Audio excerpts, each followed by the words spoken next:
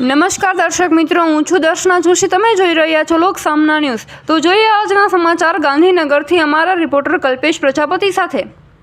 મેરા યુવા ભારત ગુજરાત દ્વારા રાષ્ટ્રીય મતદાતા દિવસ 2026 નિમિત્તે રાજ્ય કક્ષાની પદયાત્રાનું આયોજન. ભારત સરકારના યુવા કાર્યક્રમ અને રમતગમત મંત્રાલય હેઠળ કાર્યરત માય ભારત ગુજરાત દ્વારા રાજ્ય નિર્દેશક શ્રી એસ સેંથિલકુમારના માર્ગદર્શન હેઠળ આજે ગાંધીનગરના સેન્ટ્રલ વિસ્ટા ખાતે ભારતીય રમતગમત સત્તા મંડળના સહયોગથી રાષ્ટ્રીય મતદાતા દિવસ નિમિત્તે ભવ્ય રાજ્ય કક્ષાની પદયાત્રાનું આયોજન કરવામાં આવ્યું હતું. આ પદયાત્રામાં 900થી પણ વધુ સ્પર્ધકોએ ઉત્સાહપૂર્વક ભાગ લીધો હતો. કાર્યક્રમના મુખ્ય અતિથિ તરીકે ગુજરાત રાજ્યના બાળ સંરક્ષણ આયોગના અધ્યક્ષ શ્રીમતી ધર્મિષ્ઠાબેન ગજ્જર ઉપસ્થિત રહ્યા હતા.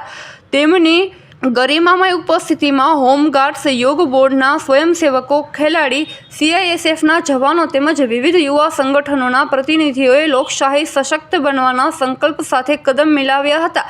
કાર્યક્રમ દરમિયાન લોકશાહી પ્રક્રિયાને પ્રોત્સાહન આપતા 3 નવા નોંધાયેલા મતદારો વિશેષ અભિવાદન અને સન્માન કરવામાં આવ્યું હતું. આ સાથે જ ઉપસ્થિત જનમેદની નિષ્પક્ષ, જાગૃત અને જવાબદાર મતદાનના શપથ લેવડાવવામાં આવ્યા હતા, જેથી રાષ્ટ્ર નિર્માણના યુવાનોની સક્રિય ભાગીદારી સુનિશ્ચિત કરી શકાય. આ રાજ્ય કક્ષાના કાર્યક્રમનું સફળ સંચાલન ગાંધીનગર જિલ્લાના યુવા અધિકારી શ્રી પ્રિતેશ ઝવેરી દ્વારા કરવામાં આવ્યું હતું. તો ફરી મળીશું એક નવા સમાચાર સાથે. ત્યાં સુધી જોતા રહો લોક સામના ન્યૂઝ.